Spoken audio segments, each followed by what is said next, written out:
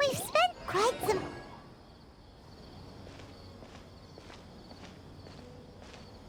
Ad Astra Avisosk. We meet again, you two. Hi, Katheryn! Do you have any commissions for us today? Commissions, huh? Let me think. Oh, how about this? Please attend the Academia's Academic Symposium this afternoon and recite a love poem on stage. Wait, say what now? And if possible, please also use your camera to capture the reaction of the audience upon finishing the poem. Huh? What kind of commission is that? I see. It appears that you're not interested in this commission. In that case, please go to Port Armos and convince the Eremites there to spend some time volunteering at the local orphanage. Hey, that's not any better. I'm sure the mercenaries will have some interesting reactions as well. Paimon's gotta ask, just who exactly has been submitting these commissions to the Adventurers Guild? Oh, the commissioner? Well, actually, I just wanted to see the two of you in action. Was it so obvious? I was hoping you would actually take one of those commissions. That kind of chance to observe humans doesn't come by often. Ah, so it's Nahida. Paimon just knew Katheryn wouldn't crack those kinds of jokes. When did you get into her head? From when she said, Ad Astra Abisosk? So it's been you this whole time? Are you done resting up, Nahida? Yes. I've been sleeping ever since we parted ways, and I even had a really, really long dream.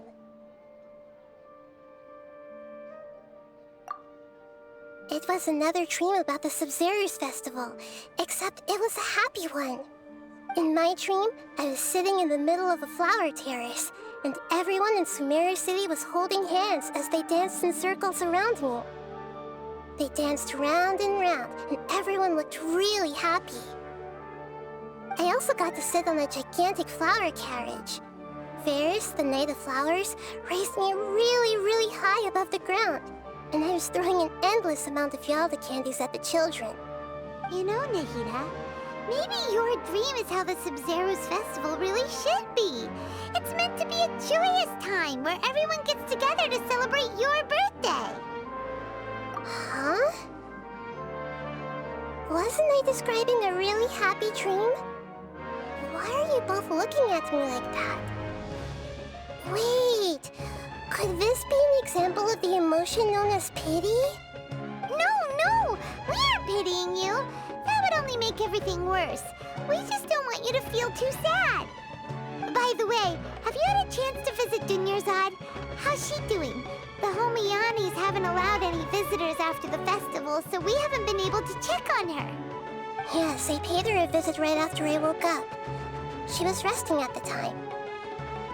Her condition is stabilized. However, since Elazar is a manifestation of the withering on the human body, we can only cure it by finding a way to take care of Irminsul's own withering. But for the moment, our top focus should still be figuring out what the sages are up to and what they're planning. Right. Who knows what'll happen if they manage to pull off another scheme like the Samsara of the Sub-Zerus Festival? So our first priority should be investigating and putting a stop to the sages' activities. As for how we should pull that off, let's discuss it somewhere else. There are too many adventurers around here. Oh, good point.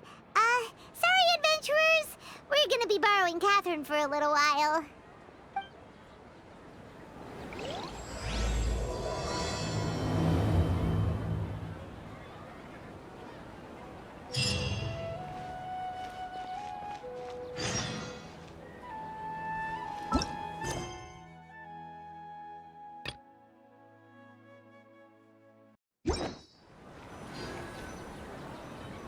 Let's continue our chat here. Okay, so do you have any ideas on how we can investigate the sages, Nahida? Actually, I've already done a little bit of work on that. But for now, I want to hear your thoughts.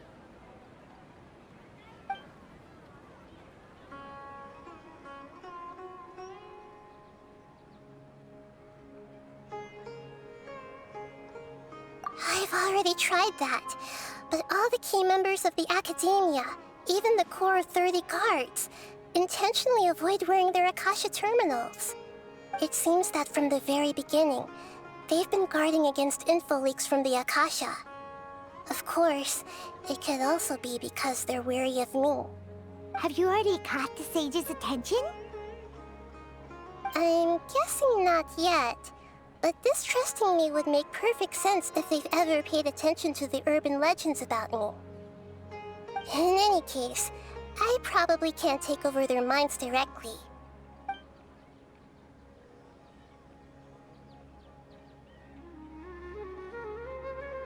We're in the dark as of now.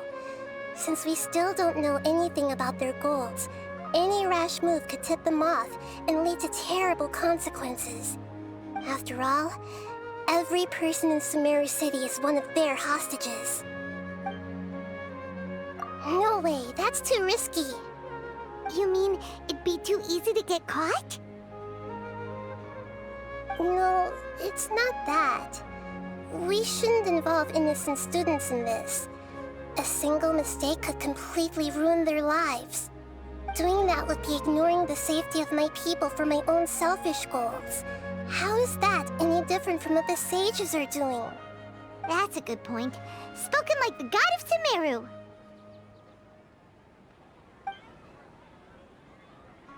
Are we really out of ideas? Nahida, you're super smart, so you already have something in mind, right? Don't keep us in suspense. Spill the beans already. According to a popular theory from the Vahumana Darshan of the Academia, rejecting impractical motions at the beginning of a planning session will give more weight to the actual proposal. Okay, but aren't you the god of wisdom? You don't have to use that kind of gimmick to make us take your ideas seriously. Well, I've been thinking that if I can't directly possess the leaders, and if I can't get ordinary people involved, then I should find someone who's already involved, but hasn't decided to side with the sages. You're saying we should recruit a spy? That does sound like it could work. Oh, before coming back, we met someone named Al-Haytham. He seems like he acts alone, and he likes doing stuff behind the Academia's back. They probably aren't in cahoots. Actually, I already have someone in mind. Do you still remember that female scholar named Setaria? Setaria. Paimon remembers now. Isn't she the one who's always trailing behind the Grand Sage of the Academia? We ran into her basically every time the Sub-Zero's festival repeated itself. You could even say we're old enemies by now. Paimon still remembers the smug and mean way she always spoke to Nilu. I've always liked observing all kinds of people, and Setaria has always stood out from the crowd. She was born in the desert and was hailed as their greatest genius. Her academic gifts allowed her special admission into the Academia, and also gave her the opportunity to serve as the sage's assistant. Oh, Paimon didn't know she was from the desert. She must be pretty special then. Paimon feels like most of the desert dwellers around the city are working as mercenaries. The name Sitaria means star. When she lived in the desert, she shone like the brightest star in the night sky. Later on, she was chosen by the sun. The star was given a place in the daytime sky to complement the sun's dazzling light. Soon after, the star witnessed the sun scorching the earth, which brought forth many disasters. The star began to waver. Instead of staying beside such a sun, wouldn't it be better to return and light up part of the night sky? But in the end, she couldn't give up the radiance of daytime. To cope with her shame, the star buried her guilt and closed her eyes. From the sound of it, Sitaria's just hung up on the research opportunities here. But she doesn't really support the academia. She still feels guilty about not doing more for the desert, right? She's just running away from her problems. Indeed. When they are presented with complex moral issues, many people will simply plug their ears and go with the flow until the problem can't be fixed anymore. She's suppressing a lot of guilt, but before she realized it, she had already become the sage's accomplice. She can't deny her part in their schemes anymore. Right. We must somehow make her face her problems again. That way, not only can we get useful intel from her, but she can also use it as an opportunity to redeem herself. From my past observations, Sitaria will take a day off from the academia every 10 days to do some shopping in the city. Tomorrow afternoon just happens to be a shopping day for her. That'll be our chance. To prepare, let's go check out some of her favorite spots and have a quick chat with a few of the vendors there.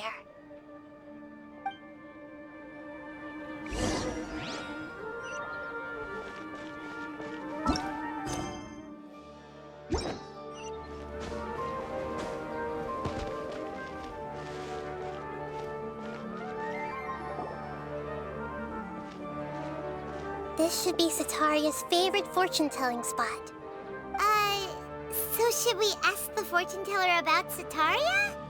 No, I already have enough information on Sitaria. The most important thing now is for you to pay attention to the vendor's talking style and key characteristics. Talking style and key characteristics? My poor lost lambs, have you become troubled over your fates? The divine voice of wisdom often echoes between mine ears. If thou be blessed today by the gods, I may be able to show you the way. Huh? Really? Nahida, you've been whispering things to her? Shh. My friend here has some doubts regarding his future. Can we get a fortune reading for him? Of course, of course. In that case...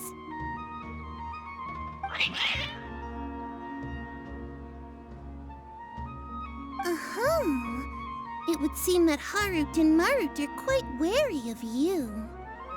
Perhaps, at some time in the past, you have somehow offended the gods. Only mocking the god of Animo, questioning the lord of Geo's financial savviness, and brawling with the god of Electro. Do those count? Oh, nothing. Go on, pick an aspect for her to divine. Love prospects? No problem at all.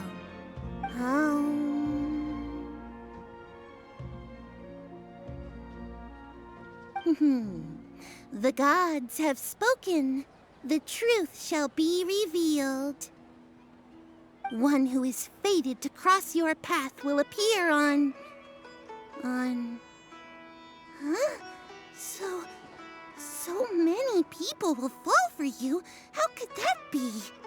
Harut, Marut, did you two spoil my divination? I've never read a fortune so absurd.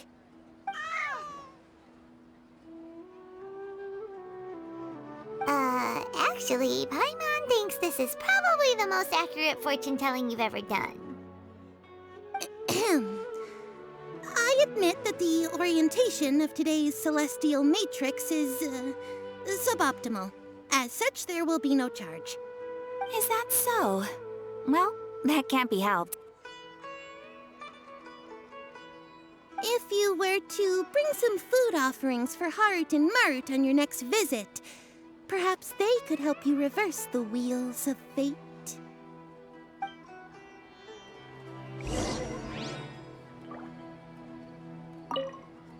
I've never seen Harut and Marut be so wary of anyone.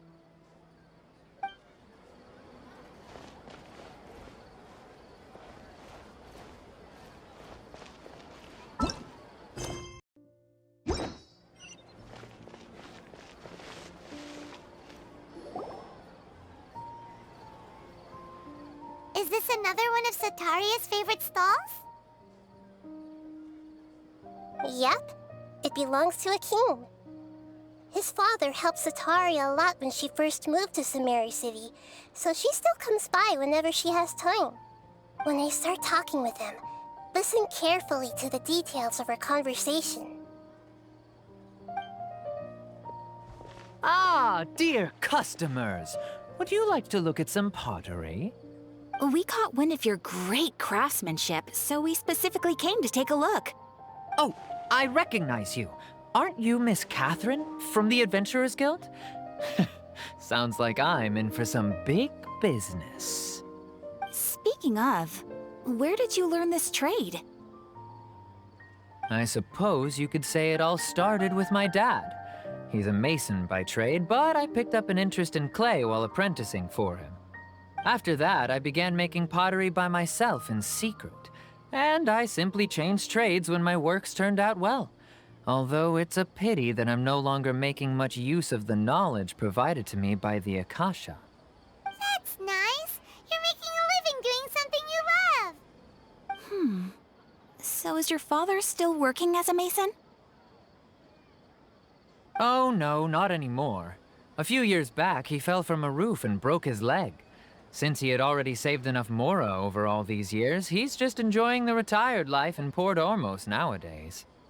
I see. We wish him peace and happiness in his retirement. I'll have someone in charge of logistics at the guild come by another day for some goods. We'll leave you to it. Take care now. No problem. Rest easy, all our goods are sure to meet your every need.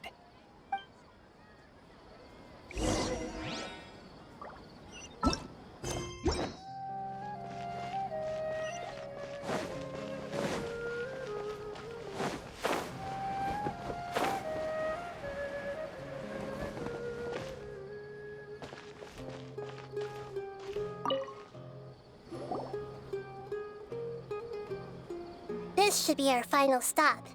Sataria's always thinking of this restaurant when she's working at the academia, so she always comes by whenever she's out in the city. Nahida, you've really thought of everything. It's my duty to protect Samari's citizens, after all. Hi there. I feel like I've seen you down by the docks before. Huh? Sorry, I don't quite remember. If I recall, you were having a discussion with someone about shipbuilding at the time.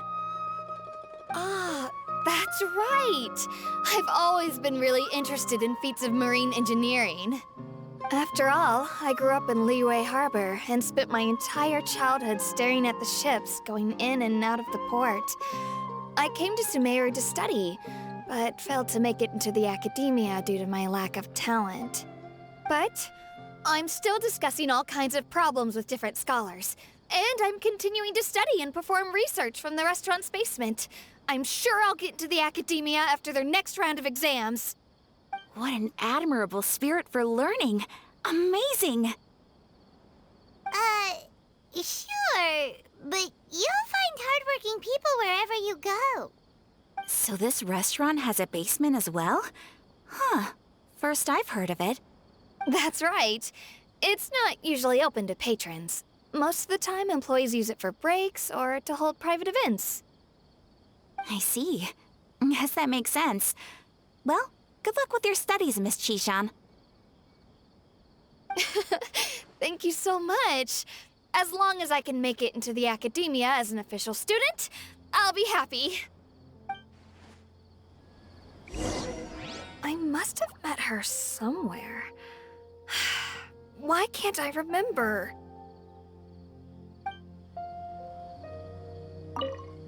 I must have met her.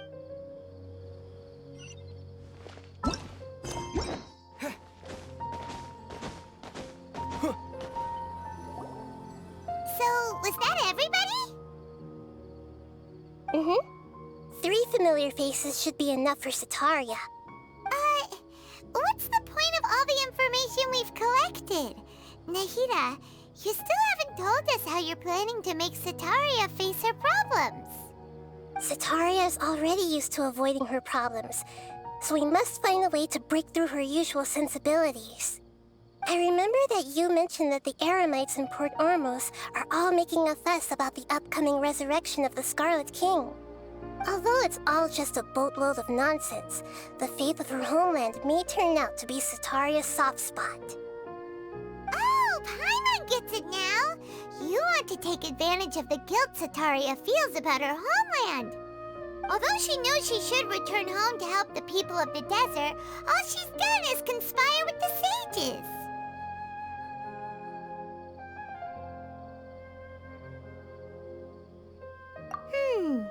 So, how do we set that up? Well, the Scarlet King is long gone, and Sataria is also too smart to fall for any simple tricks. If we simply engaged her under the guise of the Scarlet King's believers, she would definitely be wary of us, and we may not get anywhere. But if we were to borrow some of her close acquaintances to talk with her, her reaction would probably be very different.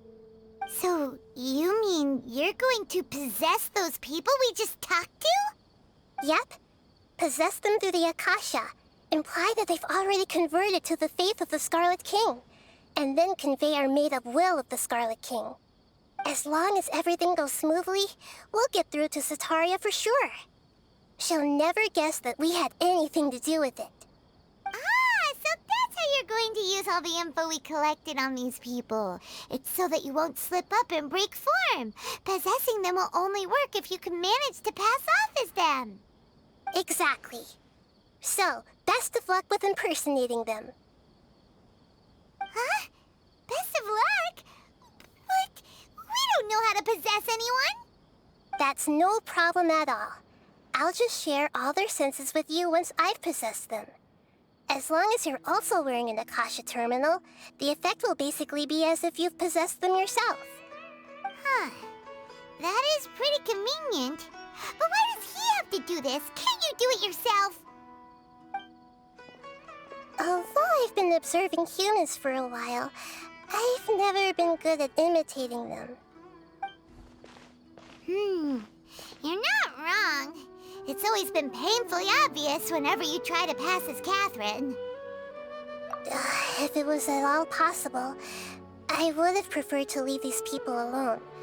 But seeing how things are now, I probably should just accept it and push on. Yeah, don't beat yourself up over it. We're only doing this to help everyone, and we'll only be borrowing them for a little while anyway. Alright, then let's give it a go tomorrow afternoon.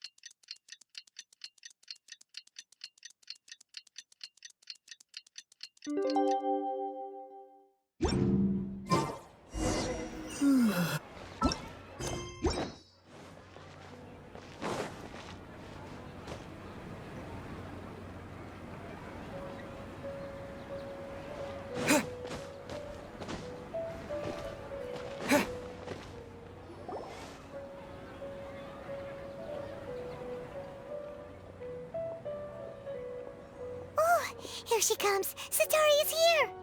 Let's quietly follow her. Once she starts talking to her acquaintances, we'll find a safe spot to begin possessing them. As for how we'll sway her to our side, I'll leave that to you. I trust you'll know what to say. Paimon's starting to feel kinda nervous. Okay, let's go.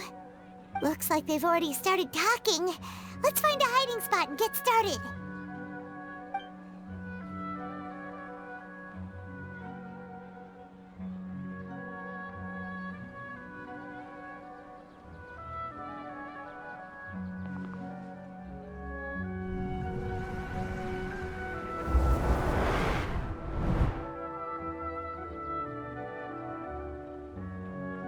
That's right. You really can't force anything when it comes to love. And besides, everyone around me has a very different background and outlook. Are you still listening to me, Nabia? Oh, of course I'm listening. You were talking about troubles with your love life, right? I heard everything you said. Okay then. You just seemed a little distracted for a moment there.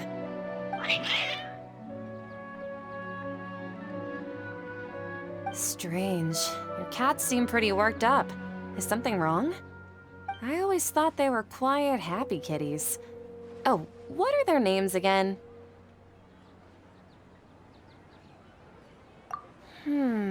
Are you sure? Those aren't ringing a bell for some reason. Well, actually they have many names. Which names I use depends on my mood.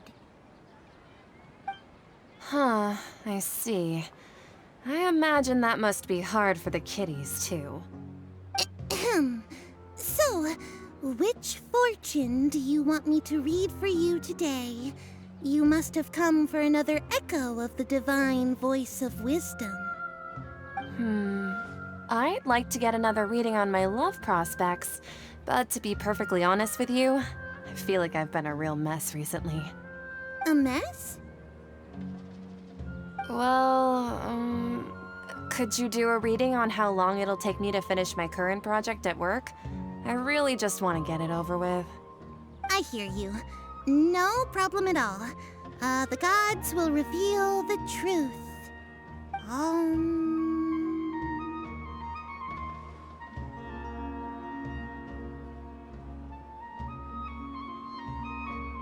The gods are asking, Setaria, why haven't you gone home?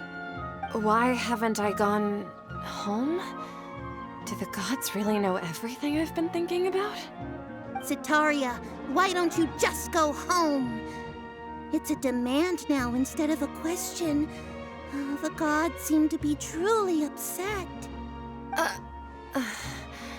I'm sorry. I know I failed the gods. Please pass on my most sincere apologies and ask for their divine forgiveness. And if I may ask, Nabia, is there a specific god who's speaking to you right now?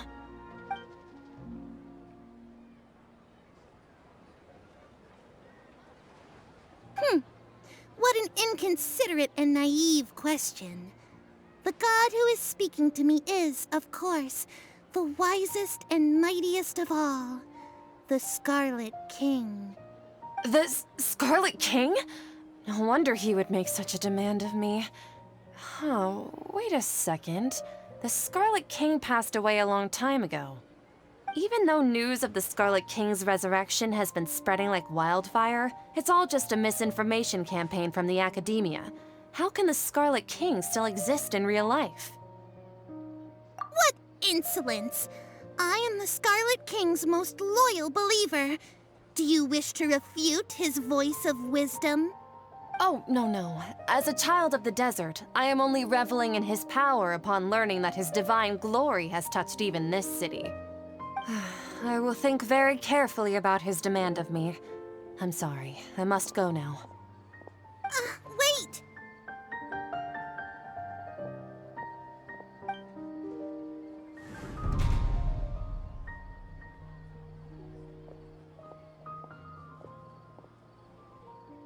Whoa! She just ran off in a hurry. She looked pretty upset, too. Well done. Sataria didn't seem to suspect anything amiss. To have something she's been trying desperately to avoid show up out of nowhere and berate her, that must have shaken her to the core.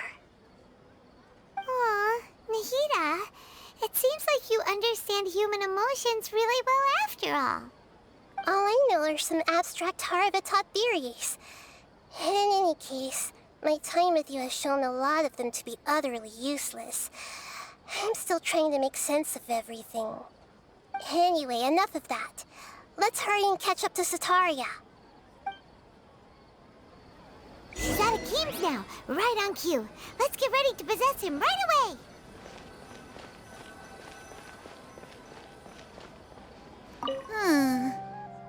What's gotten into Haru and Marut? They seem terrified of me all of a sudden.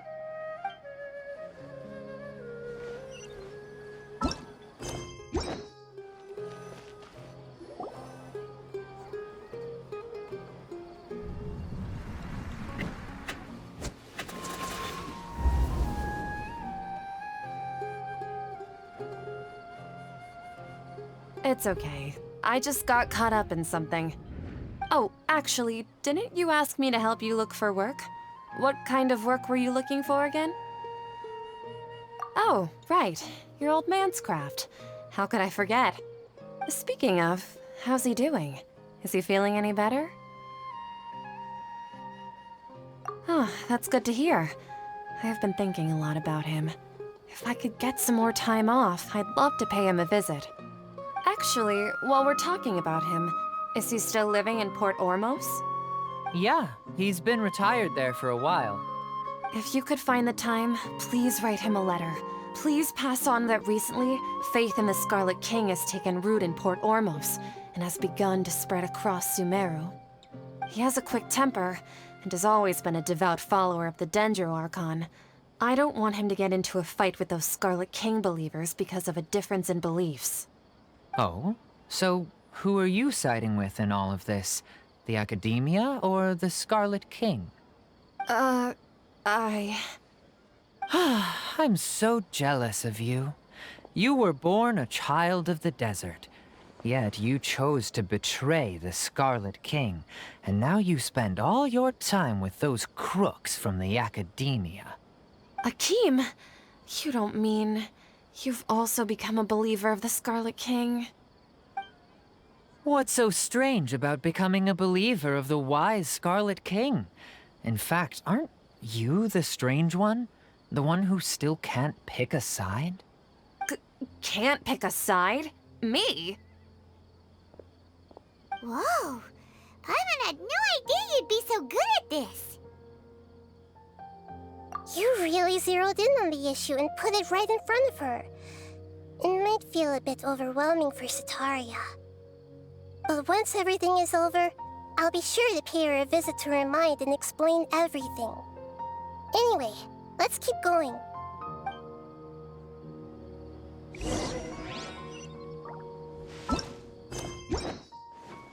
Come on! Sataria's already started talking with Shishan! Whoa.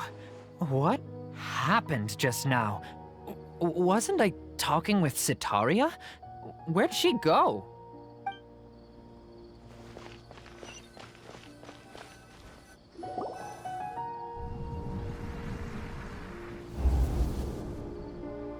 So, Shishan, have you noticed anything weird in the city lately? Like, as if someone was trying to preach to you about something? Oh, right. Speaking of strange things, I celebrated the Sub-Zerus festival so many times that I lost count. That was really weird. Wait, how could you be aware of that? That should be impossible. Nothing in the report indicated anything like that. Are you still failing to realize that the Academia's lowly tricks could never deceive all of Sumeru's citizens? Jishan, don't tell me that you've converted to the Scarlet King as well! What an absurd question. You make it sound like I should be ashamed for becoming a believer of the Scarlet King. In reality, shouldn't you be the one who is ashamed? You, who worked side by side with the academia and treated people as nothing more than experimental subjects? Please, please stop! Even now, Sataria is still trying to run from her problems. She can no longer justify everything to herself. Hey, she's trying to talk to the guards! What should we do? This is the most important part of all.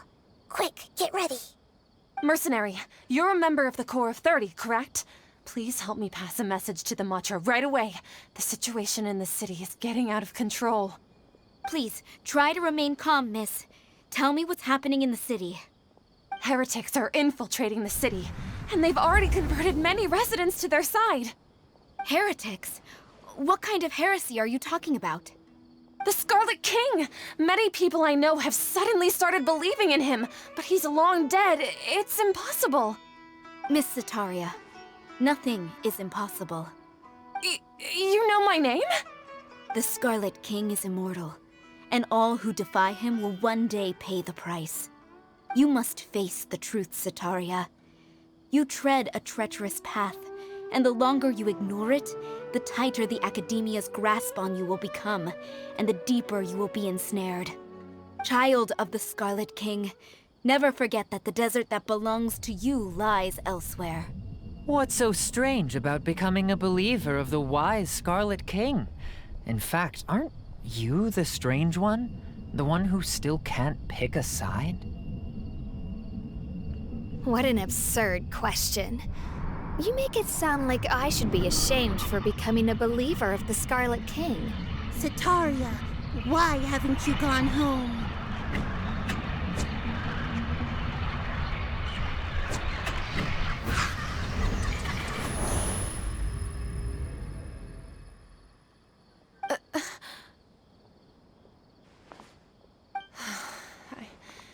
It seems that no matter where I run, I only keep finding more believers of the Scarlet King.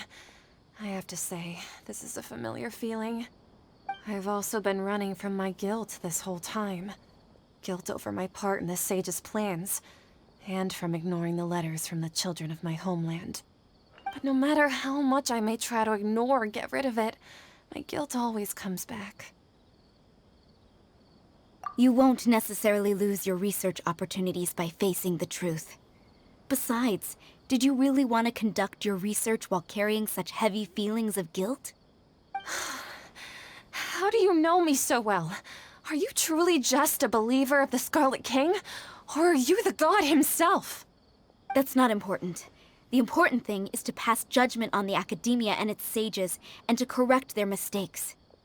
If you could provide some assistance in this matter, perhaps it could serve as a form of atonement. I've actually never believed in the gods, but I've always believed in serendipity. Your appearance must be a fated opportunity for me to get out of this wretched situation. Please tell me, what can I do for you? How much do you know about the Sage's current activities? I was just one of the designers for the massed dream harvest scheme, which is what happened around the Sub-Zeru's festival. But I know very little about the full scope of the overall project. I'd assume that only staff with the highest clearance would have access to those confidential documents. I've just been working to meet the Grand Sage's specified requirements. However, there's something that's been really bothering me. I heard that a scholar who was previously expelled has returned to the city, and even the sages are still quite wary of him. To fight against the Academia, we will need to figure out the nature and the purpose of their work. Is there a way for us to get access to the confidential documents you mentioned? It should be possible if we're willing to take some risks. After all, I'm an assistant to the Grand Sage, and I've been working on many tasks outside of the project. One thing, though, I won't be able to transfer the documents to you through the Akasha once I get my hands on them. The sages have always closely monitored all activities within the Akasha. Let me see... let's use the most primitive method. Send someone to pick up the documents tomorrow evening at the Academia entrance. The Academia entrance? Wouldn't that be too conspicuous? Don't worry about that. I assure you, this won't be a trap. I'm only suggesting this location because it'll draw more scrutiny for me to leave the academia again. It'll be safest for me to distract the guards long enough to hand you the documents. All right, I trust you. So, if I were to successfully complete this task, would it mean I've atoned for my wrongdoings? That'll depend on the judgment of the Dendro Archon. The Dendro Archon. That's right. Her people are the ones we have endangered. As the God of Wisdom, she's also the one responsible for judging and guiding the scholars. Maybe it's time for me to find a god to believe in. Just as Nahida predicted, we've managed to bring Sataria to our side! The Traveler's execution was ingenious. He's the one who deserves all the praise. Well, now that we've made plans to meet again tomorrow evening, all we can do is pray for Sataria's mission to go off without a hitch. Pray? But if we're going to pray to the gods, aren't we just praying to you? God of Wisdom and Guardian of the Scholars? No. The truth is the true Guardian of Scholars. I've always believed that. Anyway, let's meet again tomorrow evening at the Adventurers Guild.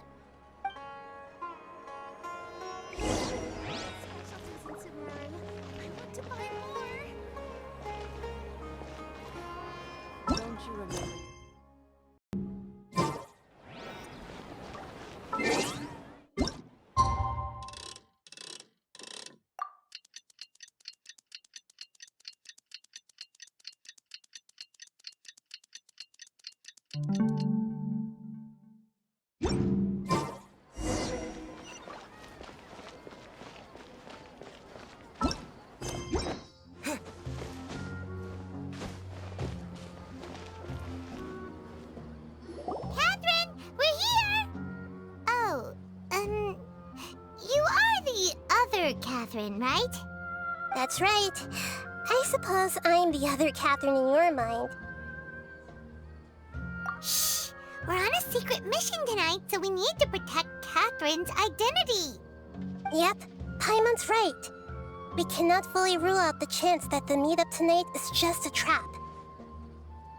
If something were to happen, my existence may be the only trump card we'll be able to play. After all, the academia should still be unable to confirm the existence of my consciousness in the outside world. Yep, exactly. Just what Paimon was thinking. Anyway, enough about that. Let's just make sure to be on our guard. Off? What do you feel is off? It's the middle of the night. Of course it's quiet. You're not getting paranoid, are you? No, I think he's right. It really is a lot quieter than usual. If you look around, there seems to be fewer people on the streets. I'm not sure if this is the case for the entire city, though. Huh. Maybe it's just a coincidence. Maybe Sataria figured out a way to not only distract the guards, but also to get everyone to go to sleep early, just so we can exchange the documents in peace. I also can't quite figure out why things feel a little off. But now that we're here, let's go ahead and meet her as we planned. Well, regardless, as long as you're here with us, Paimon feels a little safer.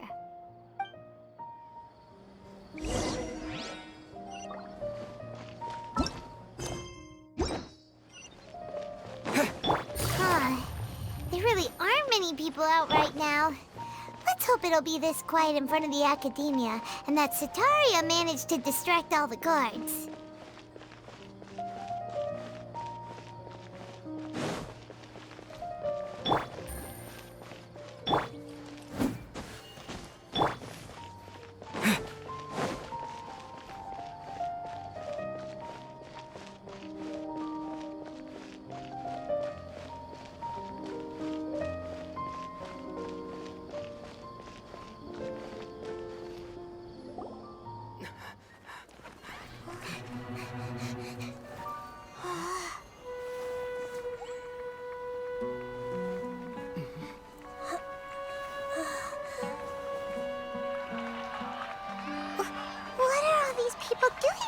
this hour of the night.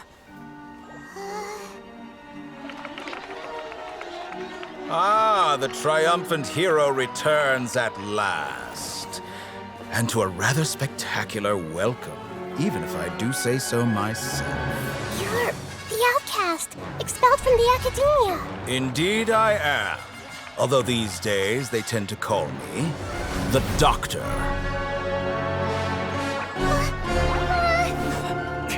If you're looking for your researcher friend, she has already been taken into confinement. With some basic caution, she could have discovered the listening device on her person. Clearly, she lacks the degree of rigor expected of a true scholar.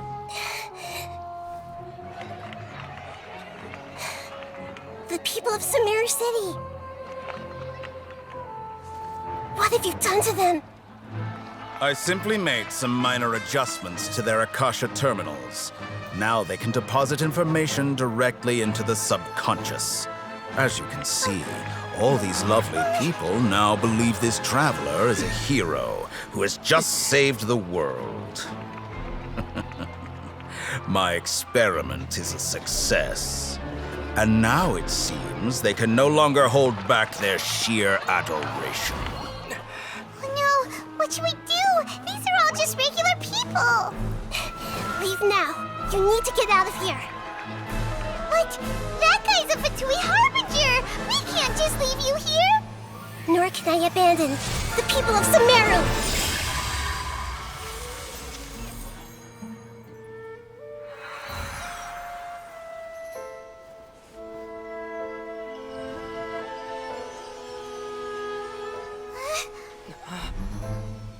Don't worry.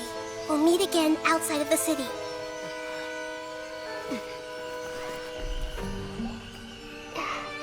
I see. You appear to have overridden their mental faculties with your own consciousness. To possess such a powerful mind, you must be the god of wisdom.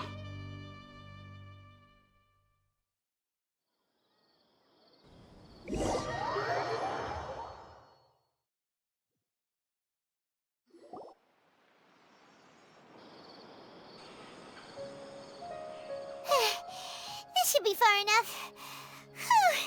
Paimon needs to catch her breath first. Is Nahida going to be okay?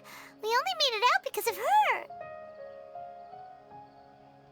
Paimon wasn't counting on running into a new Harbinger here, let alone such a high-ranking one. That guy was number 2. So scary.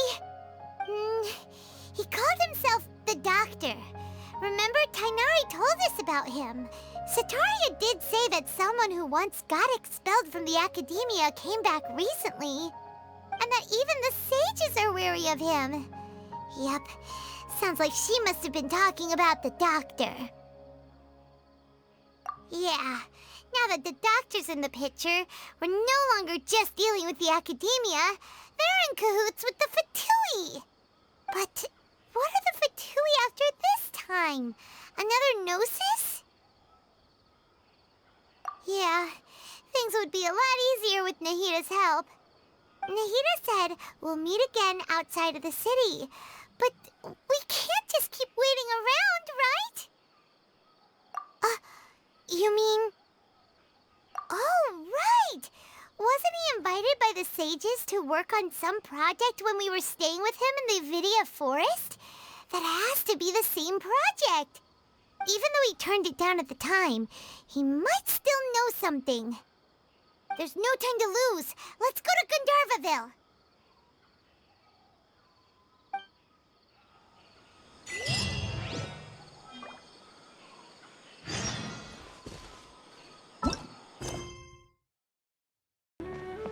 Ad Astra Abyssosk. Welcome to the Adventurers Guild.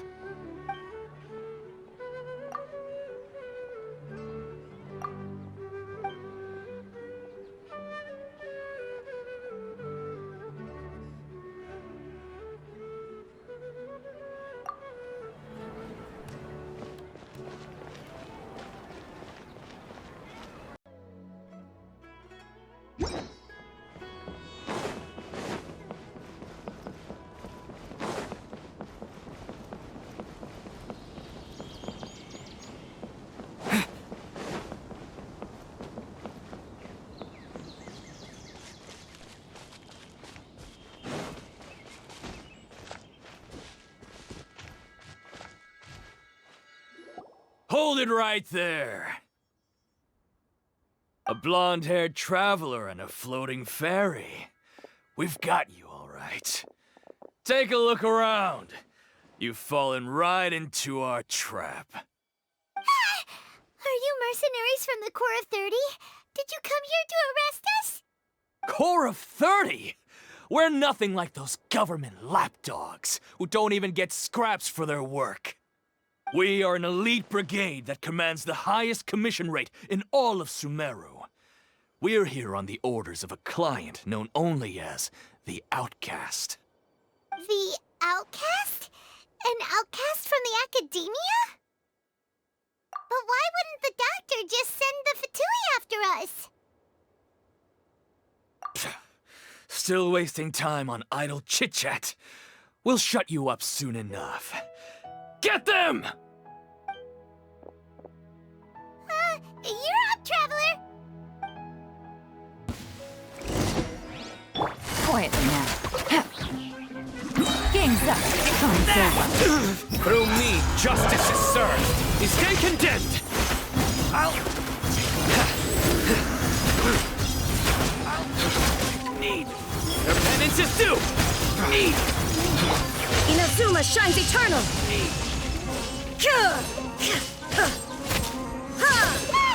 It isn't over yet! Here comes reinforcements!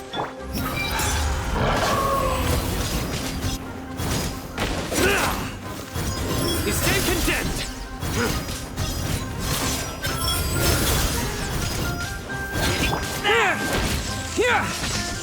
Gotcha.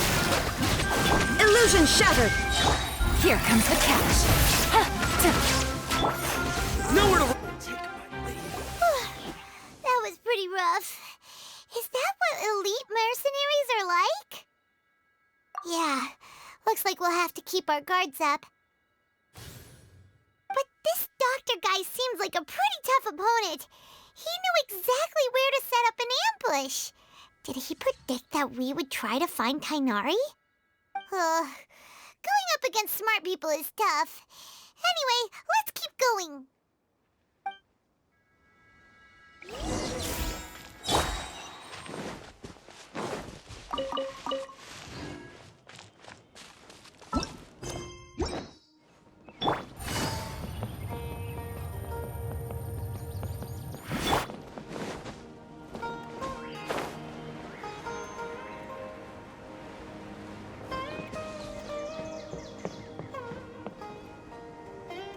Oh, it's the Traveler and Paimon. What are you two doing back here? Kale, it's nice to see you again. Are you doing all right?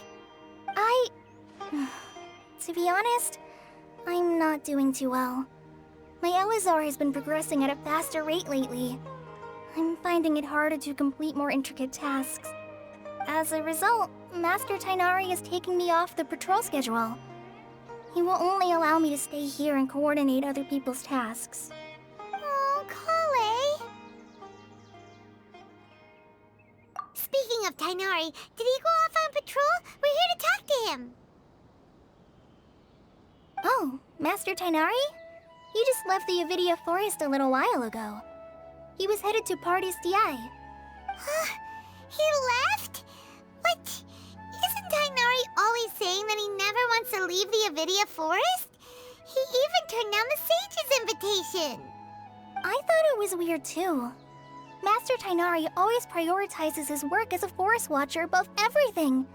He almost never leaves his post. He left in a hurry this time, though. No, I only found out that he left through a message he left behind. He also made sure to delegate all his tasks using a schedule. To leave in such a hurry? I'd guess he had something urgent to take care of. Master Tighnari originally studied in the Amorta Darshan of the Academia, and Partis Di is something like the Amorta's research base. Many rare shrubs and grasses have been planted there for research.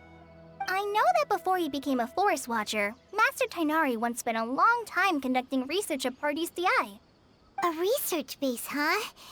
Gotta wonder what kind of research Tighnari just decided to work on all of a sudden. Oh, we don't have a lot of time, so let's go look for him at Partis Di. Don't worry. I'm fine. I'm used to living with Elazar by now. If you run into Master Tighnari, please send him my regards. Got it. Will do. See you later, Kale!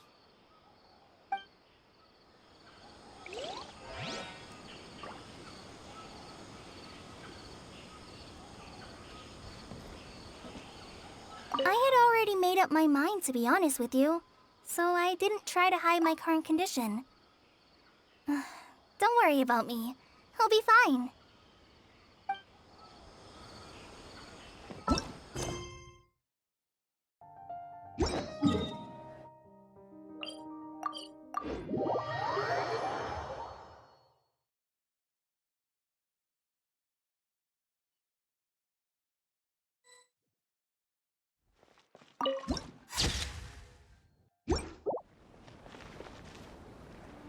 Wait! Look who it is! Thank goodness you're okay. We were so worried about you.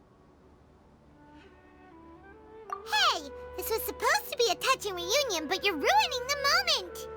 Actually, it's very smart of the Traveler to be wary of me right now. After all, the Doctor has shown that his technology can apparently even control human minds. Plus, it's not like you could have known what happened after we split up and I was facing the Doctor by myself. Even a pool of stagnant water after a torrential storm can occasionally pass as a patch of sky.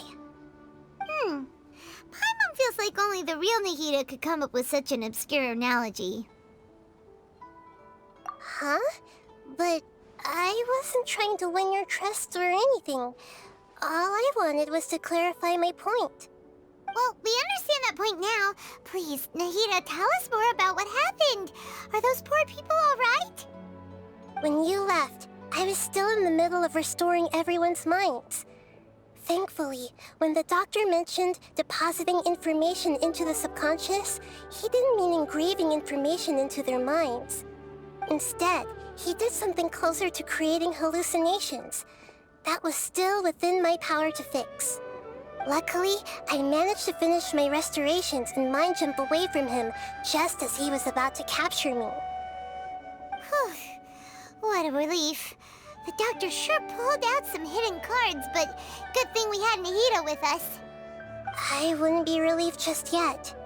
I gave away my true identity when I restored everyone's minds, which means we've lost another one of our trump cards. Also, the Doctor is already an expert at modifying Akasha terminals. Maybe it's only a matter of time until he captures my consciousness inside the Akasha. Would that mean you'd no longer be able to jump between minds? Then how do we stop him? He's still at the Academia, so it's possible he already started messing with the Akasha. Ugh, it feels like he's toying with us. What a nasty piece of work. Plus, the Doctor's combat ability alone is apparently enough to make him worthy of being number 2 of the Fatui. We shouldn't give up hope just yet.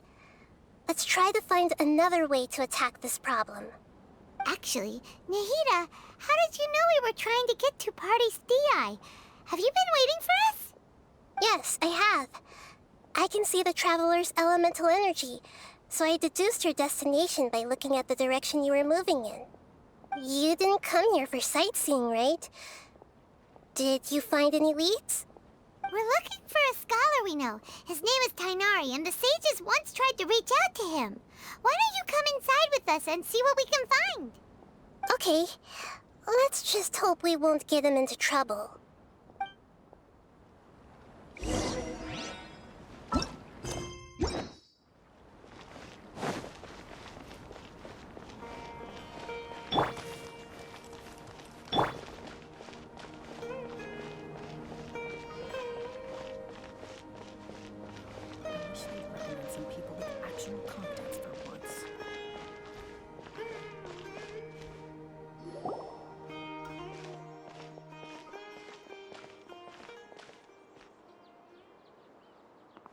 Traveler? It is you! Ah! The voice! It's Hypatia! pleasant surprise. It's so nice to see the two of you again. Who's this? She's a scholar we met in the Avidia Forest. When we last saw each other, she was still training in the... what's it called? Satyavada life? Oh, I see. That's right, we're old friends. You've come at just the right time. Ever since I've come here, hardly anyone has even talked to me. Hypatia, you're way too excited about this. Actually, for you to leave the Avidia Forest means... you're not in training anymore? Wait, no. Did you already finish your training and reach Paripurna life? What do you think? My consciousness has already managed to make contact with the divine. You did it! Congratulations! It's so exhilarating to share this sublime joy with others at long last! When my consciousness made contact with the gods. What a supreme and unparalleled experience that was! That sounds incredible!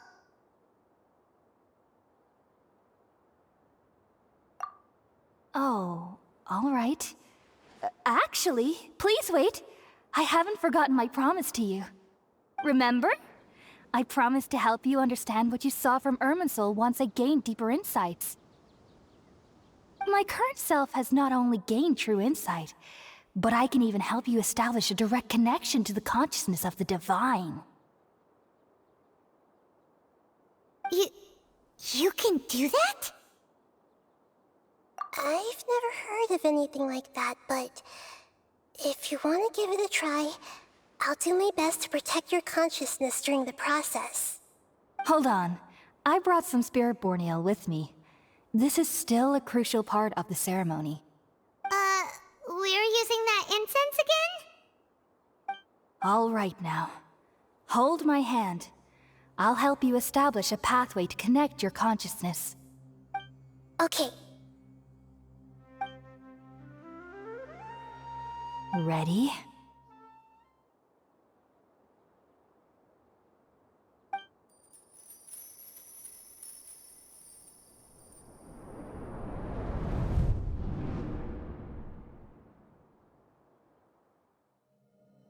It took 3 betrayals for me to finally understand. The world is just an elaborate tapestry of lies. My fury will never be quelled. The first to betray me was a god. My creator. My mother. Valuing strength above all, she saw no worth in me and I was discarded. The second was a human.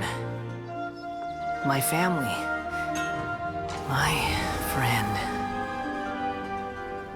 Consumed by fear, he saw me as an abomination. The third was one exactly like me. A hope for the future. A fledgling barely out of the nest. Powerless before his mortality, he broke his promise to me. Humans, they can't be trusted. And the gods fill me with pure loathing. So I said good riddance. I denounce the world and laugh in its face. My chest will never again be defiled by worldly filth. I will scrub away every last trace of human emotion. Then it will be empty, a blank slate, and ready to receive a supreme gnosis, brimming with pure divinity.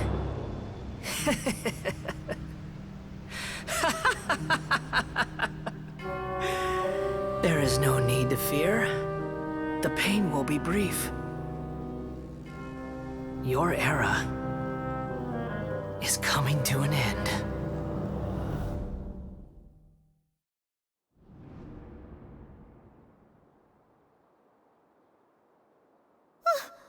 What was that?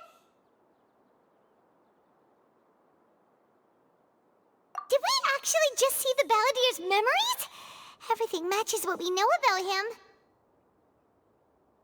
But how is he connected to the divine consciousness that Hypatia was talking about? You saw it, right? You felt it, right? Such a majestic god! Such a noble will! Such sublime emotion! Alas, shame. If only that which beats within my chest wasn't a filthy mortal heart. Oh, great and merciful God! Please grant me forgiveness and salvation! Do you understand now? I'm afraid this is no periporno life, but rather... Ah! You... Why are you so mean to me? Why is everyone hiding from me? I found divine wisdom. Shouldn't I receive praise and honor? Haven't I uncovered that light in the darkness? Hypatia? That's how I always thought everything should be. Wait. Have I... already lost my mind?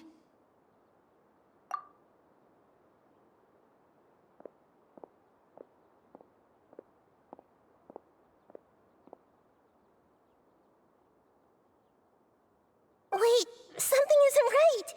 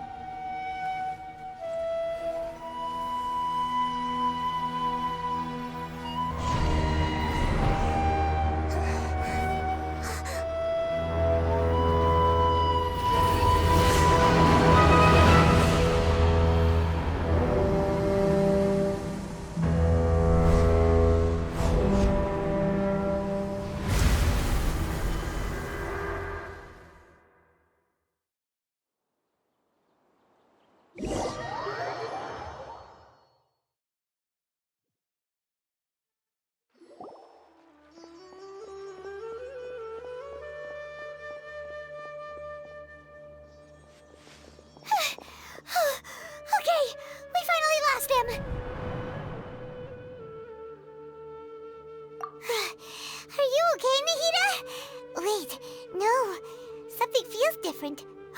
You're back! Oh, the Traveler's back? Nahida was controlling your body for a while.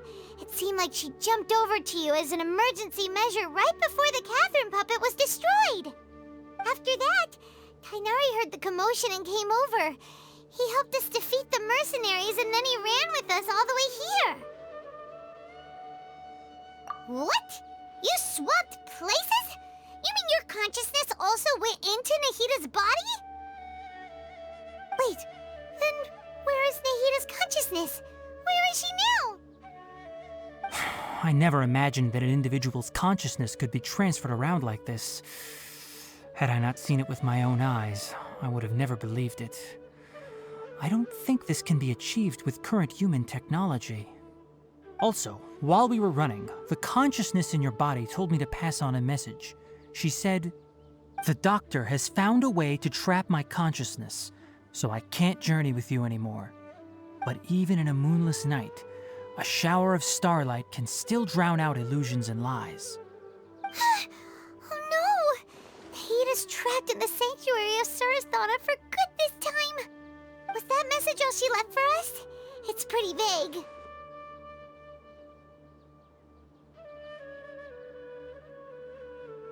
Oh, that makes sense! Since the doctor captured her, she won't be able to say anything without him knowing. She's being extra careful. Even in a moonless night, a shower of starlight can still drown out illusions and lies. Huh. Paimon knows the moon illusions and lies are from the alchemical divination at the Sub-Zeru's festival. Didn't Nahida use a starlight analogy before? It had something to do with Sataria.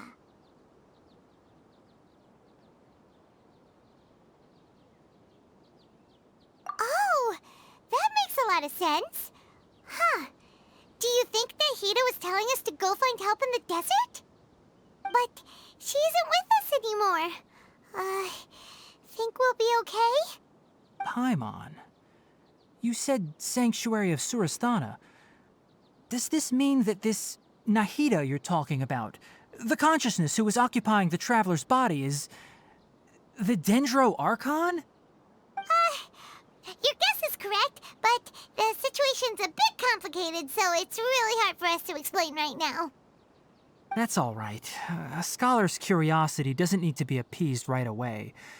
As for the complicated nature of the situation, safe to say I have witnessed that for myself. I've spent some time with you, and it looks like the Dendro Archon's also on your side, so I trust you. Thank you, Tainari. Oh, actually, we came here to ask you a question. What do you know about the project that the sages have been working on? Ah, that. While I was indeed invited to join that project, the sages were always secretive about its scope and goals, so I eventually declined. All I know is that that project has something to do with the restoration of Irminsul. Huh? Did you see something when you were in Nahida's body? What? Do you have any evidence?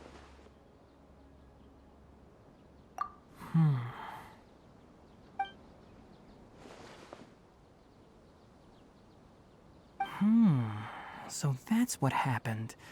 That explains why Hypatia's symptoms were different from those of the other scholars who went mad. It's because she made contact with the consciousness of a new god who is still in the process of being born. Tainari, did you leave the Avidia Forest because of Hypatia? I did. I noticed Hypatia's mental anomalies, but since her symptoms were rather atypical, I secretly took her to Pardis Dii and began searching for a way to return her to her normal self. If I didn't take action, Hypatia would have already been taken by the Matra to the desert, doomed to a life of exile at Aru village. Now that you mention it, I knew the Academia has never thought particularly highly of Lesser Lord Kusanali, but I still didn't expect them to do something as arrogant as creating a new god. Looks like I made the right decision by not accepting their invitation. The Doctor and the Balladeer. We have 2 Fatui Harbingers in Sumeru. Sounds like we're in for a bad time. From your description, I don't think they've completed their project. There may still be room for us to intervene. But then, what is the connection between creating a new god and restoring Irminsul? Yeah, it feels like we're still nowhere close to figuring out the sage's goals. Right, we've pretty much gone over everything we need to know, so we should head out. How about you, Tainari? What are you going to do? I'll stay here for now. I still want to try a few more things to help Hypatia. If you're planning to go into the desert, start by heading for Caravan Rabat. That'll be your fastest route. Come find me here if there's anything else I can do to help.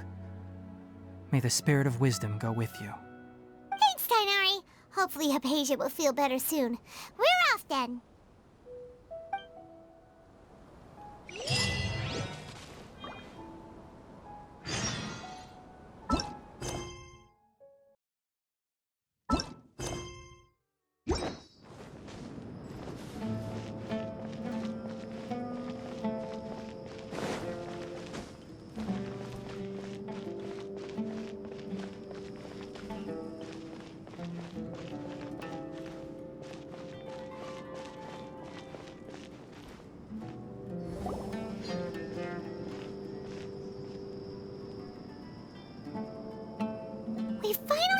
to Caravan Rebot.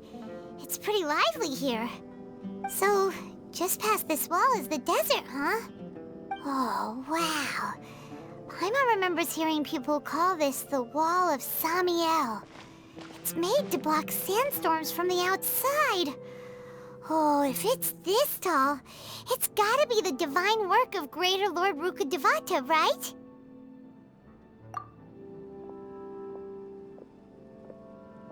Enough gawking. Come on, follow me. Huh? Over here.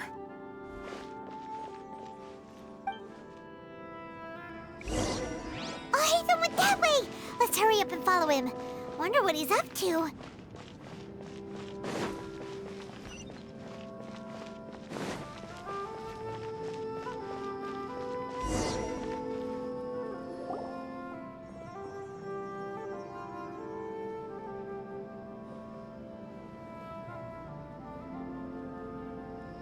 What the...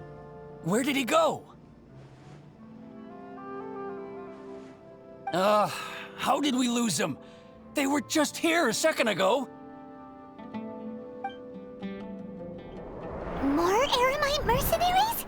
Who are they working for this time? Anyway, Traveler, it seems like we were being followed again. You were too careless. You should have noticed those hopeless amateurs trailing you a long time ago.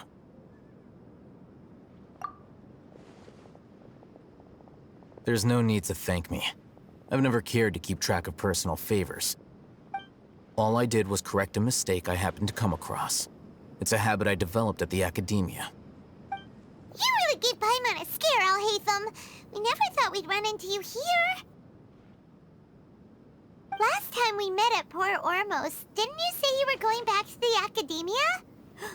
Wait, don't tell Paimon that you're here to take us back on their orders! Oh, so you've already landed yourselves on the academia's hit list. I can't say that I didn't expect it. However, had I wished to turn you over to the academia, don't you think you'd already be the Eremites' honored guests by now? Oh, right. You do have a point. I have no interest in running errands for that project. As a scholar, I've always belonged to the camp that promotes researcher autonomy. And these days, you're more fascinating than anything the sages can offer. Not quite. To tell you the truth, I'm still investigating the Divine Knowledge Capsule. Unfortunately, I've run into some difficulties. Everyone says the capsule originated in the desert and was eventually moved to Port Ormos. If I am to get to the bottom of this, I must understand how the capsule first came to be. Which brings me back to you, and why you're so interesting.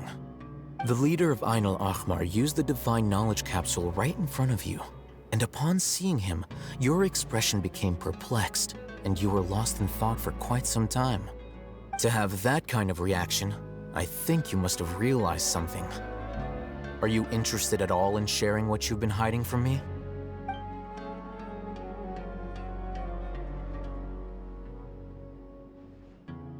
Al-Hatham, you really have a ridiculous eye for detail.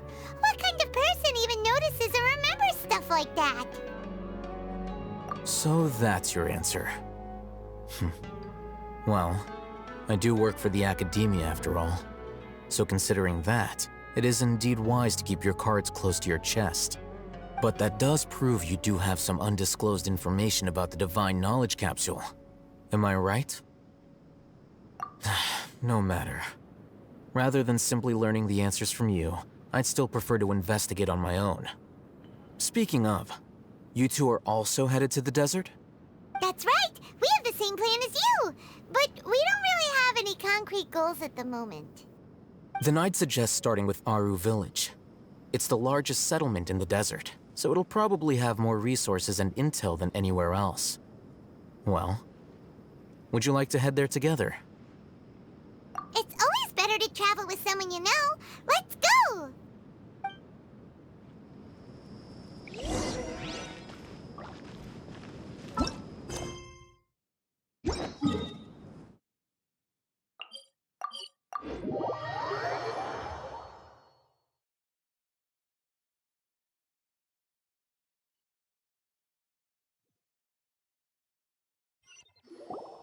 Before us lies Aru Village, the safe haven of the desert folk. Whoa, this landscape is really something else. What a cool place! Let's go check it out!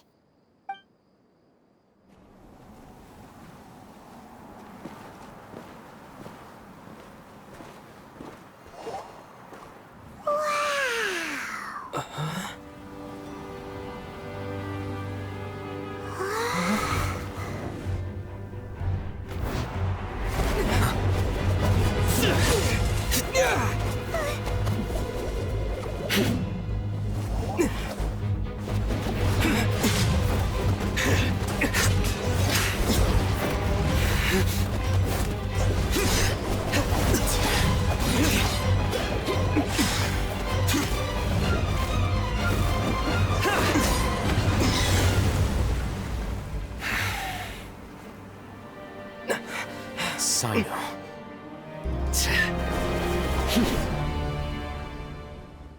Unless my memory fails me, we have barely spoken 2 words to each other before now at the Academia.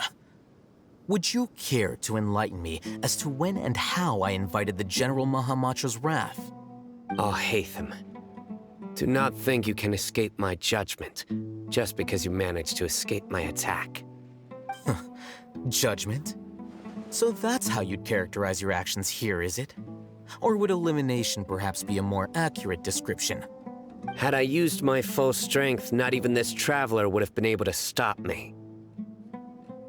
Though styled like an assassination, I sought only to ensure that my target would be unable to flee or resist. Standard practice for the Matra, as well you know. Seemed to me more like your own personal touch. Who is that, Al-Haytham? Did you call him General Mahamatra? Yes. General Mahamatra Sino, head of all the Matra at the Academia. He's a formidable hunter, and the ultimate nightmare for any who have committed academic crimes. You seem to have placed a lot of trust in Al-Haytham, to the point of blocking an attack for him.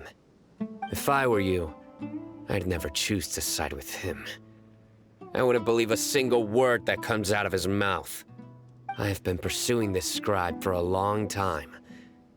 I urge you, stand back and do not seek to defend him any longer. Otherwise, there will be consequences. Has Al-Haytham done something wrong? Hyman doesn't think he's as bad as you made him out to be. I won't waste my breath explaining things. Al-Haytham, I saw it during our fight. Take it out. The divine knowledge capsule you're hiding on your person. Unless you want me to retrieve it for myself. Very perceptive of you. Nothing escapes a Matra's senses. Wait, the divine knowledge capsule? Didn't it fall into the Matra's hands in Port Ormos? No wonder you speak with such confidence, Sino. But I must admit, I'm very curious. What does this capsule mean to you? And why, as General Mahamatra of the Academia, are you all alone in the desert? As far as I'm aware, the other Matra have been speculating about your disappearance. Have you been given a mission that's, let's say, morally dubious? If I was the real target of your mission, what was stopping you from simply using your authority and resources to judge me within the walls of the Academia? I should have known you'd be difficult to deal with. You two? Ugh! What should we do, Traveler? Paimon feels like we can't trust either of them. Ahem. Well, look at you two, acting all tough and self-righteous over there. Wait, Dia?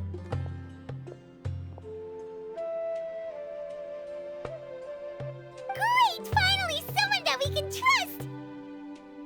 You gotta help us out here, otherwise these two are gonna start fighting again! Yeah, sure looks that way.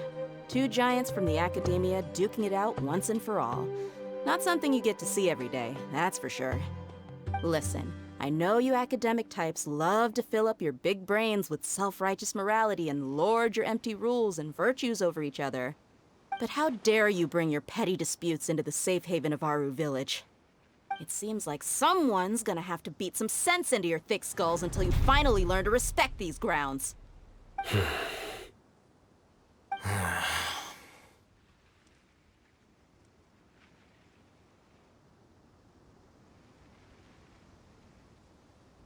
Hey, did either of you hear a word I just said?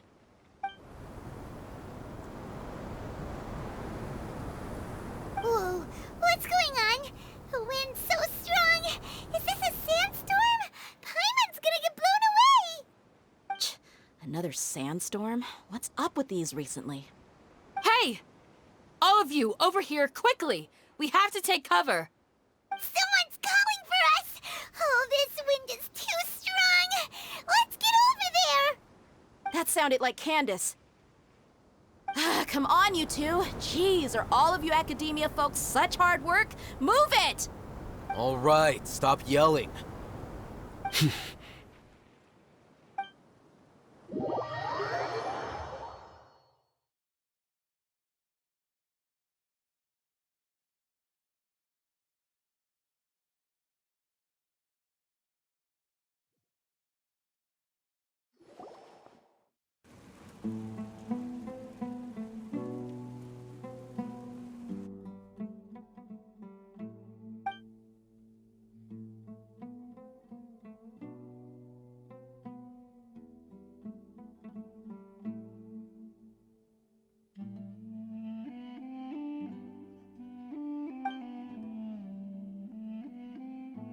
Well, this is pretty awkward.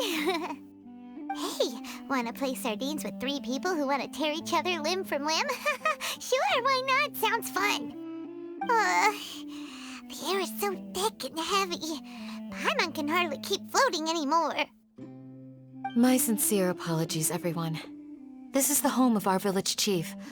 I will have to ask you to make do with this small room until the sandstorm dies down. Please, let me introduce myself. I am Candace, protector of Aru Village. Our savior has come at last! Nice to meet you, Candace. The name's Paimon. Thank you so much for helping us. There's no need to thank me. It's only right to help each other when the weather gets rough. Wow, she's so gentle and caring, like a nice older sister. Unlike those guys over there. All right. Now that we're all better acquainted, we should return to the topic at hand. As a guardian charged with the responsibility to protect my fellow villagers from harm, I was observing your conflict from afar, even before the sandstorm started. And now that you have set foot within our village itself, it is all the more my responsibility to make absolutely sure that you pose no threat whatsoever to us. So please, have an honest and sincere conversation with one another, and put your hostile feelings to rest. If anyone dares to start anything again while they are under this roof, I will not hesitate to send them out for some quality time with the creatures of the sandstorm. Oh, on second thought, Paimon may have misjudged Candace's character. And that goes for you too, Miss Dia. Do I make myself clear? All right, we got it, Candace. That's what I like to hear. So, which of you will begin? I was supposed to be a mediator, but I might have gotten a little too involved just now. Anyway, one of those two should probably start talking. Wait, that was you trying to be a mediator? I have nothing to hide, so there's no shame in explaining myself. While Alhaitham wasn't wrong about the other Matra not knowing my whereabouts, it's not because I've been assigned a morally dubious mission. Rather, I've chosen to exile myself. Huh? Exile yourself? A little while ago, I discovered that there was data missing in the Academia's project planning and development files. What little they did report clearly did not match the project's actual progress. As General Mahamatra, I had the responsibility and authority to request an audit.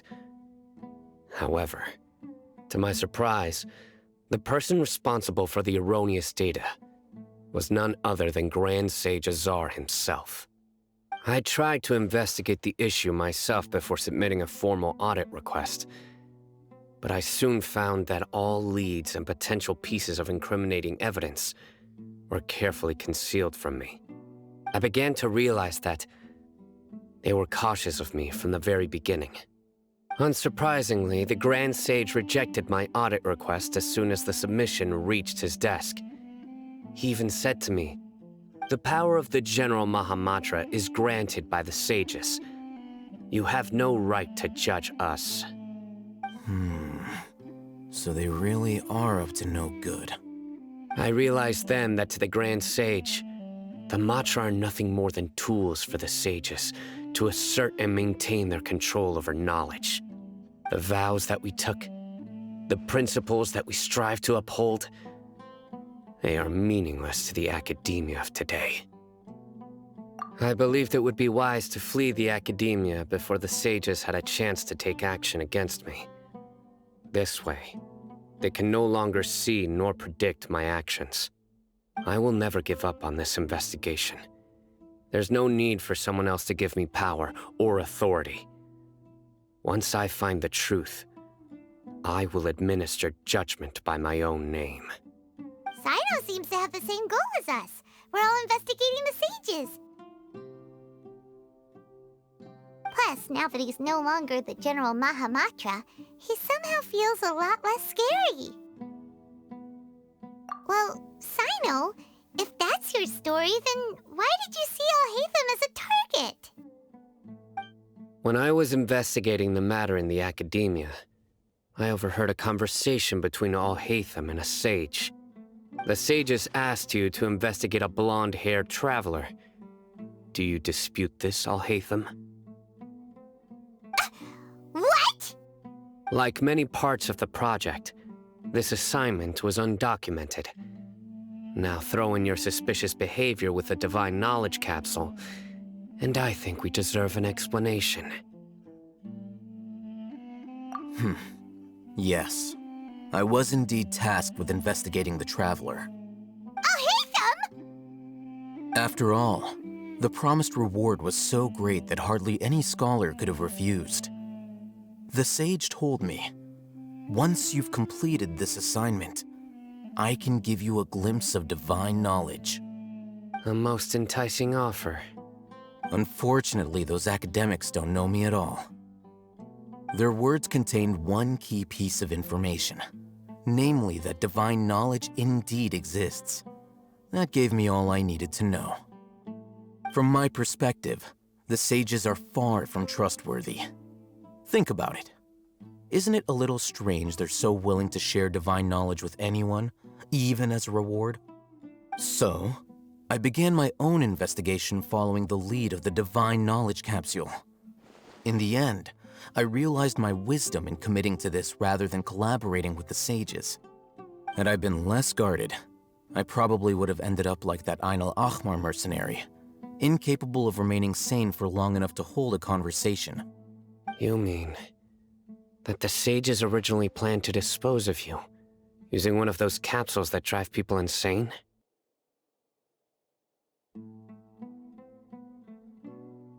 I'd already given up on the assignment by then. I only told the academia I was waiting in Port Ormos for you to appear so they wouldn't suspect anything. So it came as quite a surprise when I encountered my erstwhile target while investigating the Divine Knowledge Capsule. Criminals do love to talk about coincidences. Even though I ran into the Traveler by chance, I had no intention of providing assistance to the academia. Also, you should remember, you were the ones who decided to follow me and strike up a conversation after I left that tavern. That's true. Alhaitham helped us out at Caravan Rebat as well. Maybe he's telling the truth. I'm willing to apologize, if that's worth anything to you. I took the Divine Knowledge Capsule behind your back because I judged its existence to be a significant risk. I felt that it would be best for no one to interact with it before it had been properly studied. After all, curiosity often proves to be the most dangerous thing in this land. You should be well aware, Scribe Al-Haytham, that curiosity can also lead you to danger and suspicion. Answer me this. Did the sages share any information about their project with you? Have I not made myself clear? You and I are both distrusted by the academia. Do you really think they would tell me anything? Fine. Although you haven't completely proven your innocence, I won't regard you as an enemy, for now. As you wish. Good. I'm glad to see you two clearing up your misunderstandings. And now you, Dia. I believe it's your turn. Oh, sorry. Whatever the boys were talking about must have been so boring that I spaced out. My situation is pretty straightforward. My employer, Dunyarzad of the Homayani family, is friends with the Traveler and is currently recovering from her illness at home. I had nothing going on, so I decided to return to Aru village for a visit. I was actually looking forward to a pretty exciting time getting back together with everyone here. But then I saw these two random guys in the middle of a pointless argument. It ticked me off, and things went downhill from there. Is that all? Well, I will admit that definitely sounds like your style. In that case, welcome back, Dia. That's more like it. I missed you all so much, Candace.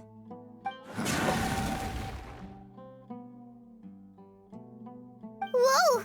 What was that sound? No need to worry. Now that you're no longer at each other's throats, please make yourselves at home. I'll take a quick trip outside to clear out some of those creatures in the sandstorm. Creatures? In the sandstorm? Are you sure you don't want some backup? Fighting in a sandstorm is not for the faint-hearted. Anyone without extensive training in these conditions is at a disadvantage. You needn't worry. Yeah, just leave them to Candace. Don't worry, she's as tough as they come.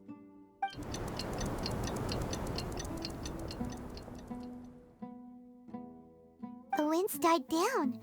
That means the sandstorm's over, right? Candace still isn't back yet, though. Is she alright? Maybe we should go out and check on her. When you put it that way, even I'm starting to feel a little worried. All right, let's go. We've been here long enough, and the boys are as chatty as the floor.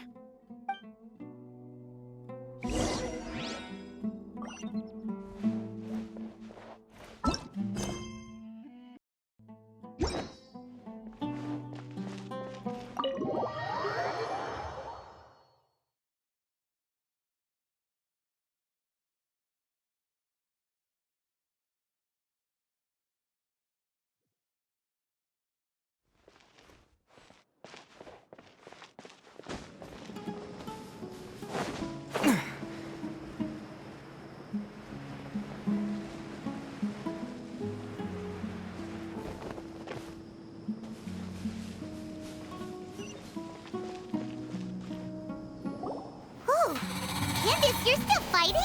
You've been out here dealing with these creatures the entire time? Yes. They just keep coming in waves. I've lost count of how many I've defeated. Before I realized it, even the sandstorm had stopped. Ah! Here comes another wave! Leave this round to us. I got interrupted earlier, but now I have something to take my anger out on. It's been quite a while since I've seen the Flame Mane in action. I'll leave these to you then. I'll be sure to put on a good show. Let's go!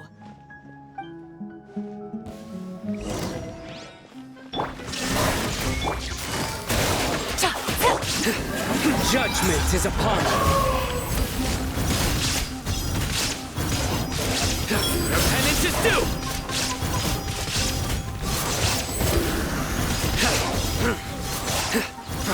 Guilty!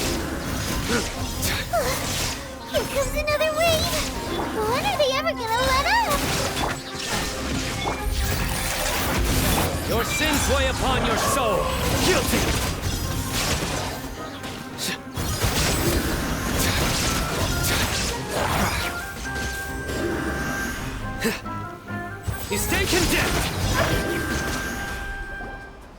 The creatures stopped appearing. Was that the last of them? What we fought just now was probably the aftermath of the sandstorm. So we should be safe for the time being. Well fought, everyone. No injuries, I hope. Huh? Who are you? Ah, my apologies. I haven't had a chance to greet you yet. I had my hands full taking care of the village's elderly and children. I am the chief of Aru village. Everyone usually calls me Uncle Anpu. Sir, I am also originally from the desert, but I have not been back for some time now. May I ask if such sandstorms are common? I can't say they've always been common, but recently the storms have become increasingly severe and frequent. Besides sandstorms, we also occasionally get earthquakes. According to an investigator who stayed in the village a while ago, these unusual natural phenomena are related to the withering of Irminsul. Another effect of Irminsul's withering. So, Irminsul's withering causes withering zones in the forest, and sandstorms and earthquakes here in the desert? Everything in the natural world is inextricably connected to Irminsul. These regional symptoms can indeed be a reflection of Irminsul's present state. Everyone in Aru village needs to take good care of themselves. Speaking of which, why haven't I seen a single village keeper since I got here? Village keeper? Who are they? Village guards like Candace? Does your curiosity know no bounds? Village Keeper is how Aru village refers to mad scholars exiled here by the academia. Most of them are scholars who lost their sanity after a period of training in the Avidia forest. The academia believes that their crazed mutterings may have a negative effect on the psyches of other scholars. So, they're forcibly exiled to the desert. Though if you ask me, it's all a boatload of nonsense. Alas, that's exactly what we've been trying to investigate. One by one, the village keepers have been mysteriously disappearing without a trace. But no one in the village has ever seen them leave. If you're planning to stay around the village for the next few days, I'd appreciate it if you could keep an eye out for them. I've had encounters with those people in the past. I'll see what I can do to help. The Matra are the ones responsible for their exile. Now that you're no longer with them, are you trying to alleviate your guilt and atone for your past sins? I'm fascinated by how you think. Mock me if you will, but if you are guilty, I will eliminate you, regardless of my position or identity. Oh, you're the former General Mahamatra. You must be an expert in these kinds of investigations. Thank you for your help. Is it because you're reminded of Hypatia? Oh, these poor scholars. First they lose their sanity, now this! We need to help get them back home, safe and sound. But, is it really a good idea to tag along with Sino? You seem like you really don't trust him. I'll be grateful for the assistance. No doubt you will do a better job than some of my former subordinates. Let's start by finding a spot to share what we know so far.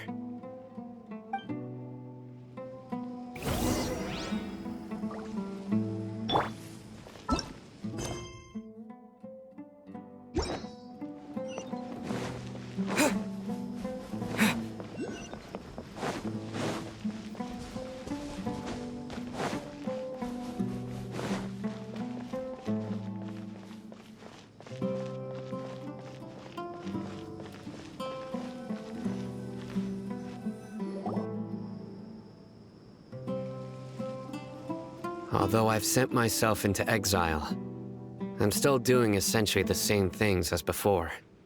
Do you still have any questions for me before we start our investigation? One of my former subordinates told me that this title has its origins in a strange incident. The academia has long exiled mad scholars to Aru Village. A mysterious phenomenon exists here. When mad scholars first arrive, they are as incoherent and deranged as before. But after spending some time here, they invariably begin to calm down. Initially, the people of Aru Village greatly resented having to take in the mad scholars. But a strange incident one night changed that. Aru Village was struck by the strongest earthquake in living memory. Seeing buildings on the verge of collapse all around him, the then chief of the village was preparing to take everyone to safety. Suddenly, he noticed a mad scholar crouching in a corner, caressing the ground with his hands. A soft, green light radiated from him, like a divine glow against the backdrop of night. Despite the powerful tremors that ripped through the ground that night, all the houses remained upright, almost as if they had grown roots reaching deep into the ground. In the end, not a single building collapsed, and no one was hurt. After that, the people of Aru Village treated the mad scholars with greater kindness, and began to refer to them as the village keepers. A soft green light? A mad scholar protecting Aru Village? What do you make of it, Traveler? Paimon thinks so too. Actually, Sino, do you know if any of the mad scholars continued to wear their Akasha terminals at Aru Village? In theory, they would continue wearing them so the academia could still monitor their activities. With that said, the main Akasha system would no longer have any interaction with them. Oh, no wonder! Everything makes sense then! Add in the fact that they calmed down, it was probably Nahida who calmed them. If you are able to draw a conclusion from this one story alone, then it appears you possess much more information than I do. So, what do you make of the story? Really? Lesser Lord Kusanali. What? You don't believe us? Lesser Lord Kusanali was definitely using the Akasha to give her power to the mad scholars! No, it's not so much that I don't believe you. I'm just struck by your reasoning. Lesser Lord Kusanali, the current Dendro Archon, is she really active in Sumeru? The Academia has always placed far greater importance on the late Greater Lord Rukkhadevata. They've more or less ignored Lesser Lord Kusanali, and I've never had any reason to doubt their views. In addition, I've never heard any stories about Lesser Lord Kusanali and her deeds. To me, she might as well have been a god that never existed. No way! Nahida definitely exists! She's a... how should Paimon put it? She's a good Archon who's kind and wise, even if she says weird stuff sometimes. I've spent many years interrogating criminals, so I can easily tell when someone is lying. Good! Then you should know that we're telling the truth! That look in your eyes. I've never seen that from a liar. You two really must have met Lesser Lord Kusanali. How can this be? To think, our Archon has been amongst us this entire time. Alright, now it's our turn to put our skills to good use for this investigation. But easier said than done, especially since we don't have any leads. Maybe we can start by knocking on some doors. Excuse me, are you here to help me find my grandpa? Huh? Who are you? By the sounds of it, a resident of this village. My name is Isak. You'll help me find my grandpa, right? Is your grandpa a mad scholar? Hey, don't say that. Grandpa is just Grandpa. Why do you have to call him that? It's not like he's a bad person or anything. The person you're referring to is not a local, yet you are. Why do you call him Grandpa? Grandpa is just Grandpa. He's my family. I heard everything you said to the village chief. Please, you gotta take me with you. I want to find my grandpa. I swear I'll help. I won't be a nuisance. Ah, so you're the one who was eavesdropping on us around the village chief's house. I was planning to go out and take care of whoever it was, but I had a vague feeling that they didn't harbor any ill intent. Whoa. Haytham wasn't kidding about Matra having sharp senses. Sino, he's just a kid. All he wants is to find his grandpa. Let's find a way to help him. Sorry. I was only listening in because I wanted to know where Grandpa went. Honest. If you don't believe me, you can ask Miss Candace. All right. But first, let's confirm the facts with Candace.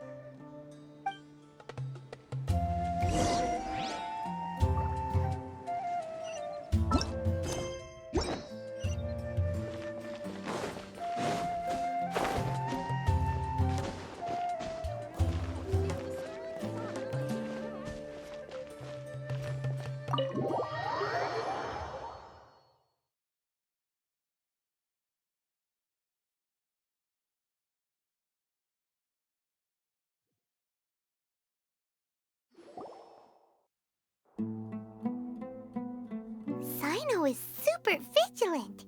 Is this what all the Matra are like? Ah, you're back already. We just wanted to confirm something with you. Do you know a boy by the name of Isak? I had a feeling he'd go looking for you. Huh? You knew this would happen? Yes. Although he tried his best to stay hidden, I still noticed him eavesdropping outside the window. He really wants to get his grandfather back. Isak's parents were both Aramite mercenaries who rarely returned to the village after finding employment in the city. He was raised by his grandfather. Unfortunately, it was only a few years before his grandpa passed away. Isak was still very young at the time, so various families in the village took turns caring for him so he could survive. Later, an elderly mad scholar arrived at the village. Isak thought the scholar bore a striking resemblance to his grandfather, and thus often spied on the man. However, the scholar was unkempt in appearance and incoherent in speech. Although Isak referred to the man as his grandpa, he was afraid and didn't dare to approach him. One summer night, the oft mumbling and bumbling grandpa suddenly calmed down and seemed to become more lucid. He even noticed Isak hiding in the distance. So Grandpa walked up to Isak and patted him on the head. He even took Isak to the entrance of the village, where he patiently taught the boy the names of the stars, and accompanied Isak until he fell asleep. The next morning, Isak woke up and wanted to go find his grandpa again, only to realize his grandpa no longer recognized him. However, even so, Grandpa retained his calm expression. It's said that those who saw the scholar claimed he no longer appeared to be crazy, but appeared to be living in his own world, almost as if he were sleepwalking. Isak was thrilled that his grandpa was able to find peace, and would follow him all the time, asking him things like, "Grandpa, want me to take you somewhere fun?" Or, "Grandpa, could you tell me stories about the stars again?" All this somehow just makes Paimon feel really sad. It seems like they both deserve so much better. Perhaps. Nearly everyone who lives in the desert has some form of hardship or regret. But even so, we must still continue on with our lives. It's also my reason for fighting. I must continue to protect this land.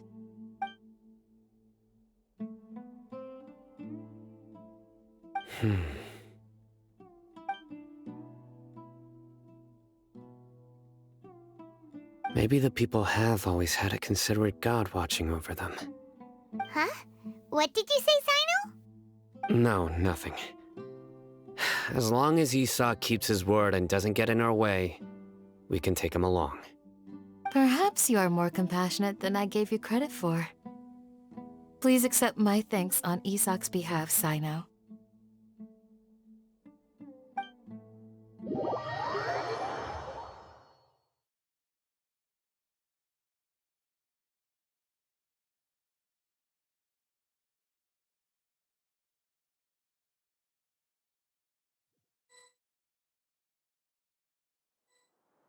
Hey, Isak!